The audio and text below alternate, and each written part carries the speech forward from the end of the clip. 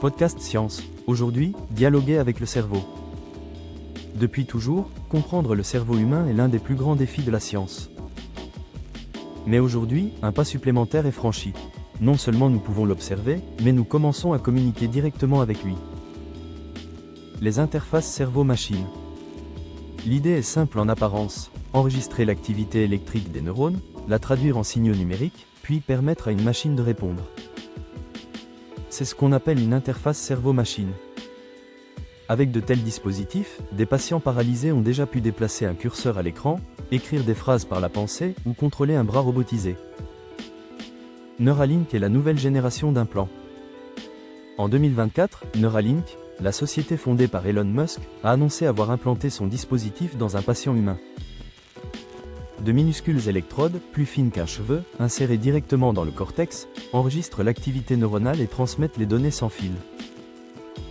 Le patient a pu utiliser ses pensées pour contrôler un ordinateur, ouvrant une nouvelle ère d'applications potentielles. Restaurer la communication et le mouvement. L'objectif principal de ces technologies est thérapeutique, permettre aux personnes atteintes de paralysie ou de maladies neurodégénératives de retrouver une communication avec le monde extérieur. Pour un patient incapable de parler, l'implant pourrait devenir une voix numérique, traduisant ses intentions en texte ou en paroles synthétiques. Vers une augmentation des capacités humaines ? Mais au-delà du médical, certains imaginent des usages plus ambitieux, voire controversés, connecter le cerveau directement à Internet, augmenter nos capacités cognitives, partager des pensées, ou encore fusionner l'intelligence humaine et artificielle. De tels scénarios posent des questions vertigineuses. Qu'est-ce qu'un esprit, si ses pensées peuvent être transmises, copiées, amplifiées ? Les défis techniques et éthiques, rien n'est simple. Le cerveau est un organe extraordinairement complexe. Les implants doivent être biocompatibles, précis, sûrs sur le long terme. Les risques d'infection, de rejet ou de détérioration des électrodes sont réels. Et surtout, il y a la question des données.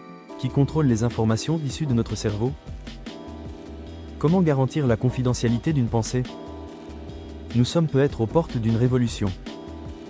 Pour certains, ces implants seront un espoir immense, une renaissance pour des patients prisonniers de leur corps. Pour d'autres, ils représentent une frontière inquiétante, où l'intimité ultime, nos pensées, devient accessible à la technologie.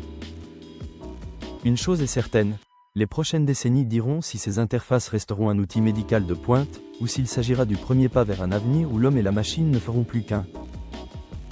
N'oubliez pas de vous abonner à la chaîne.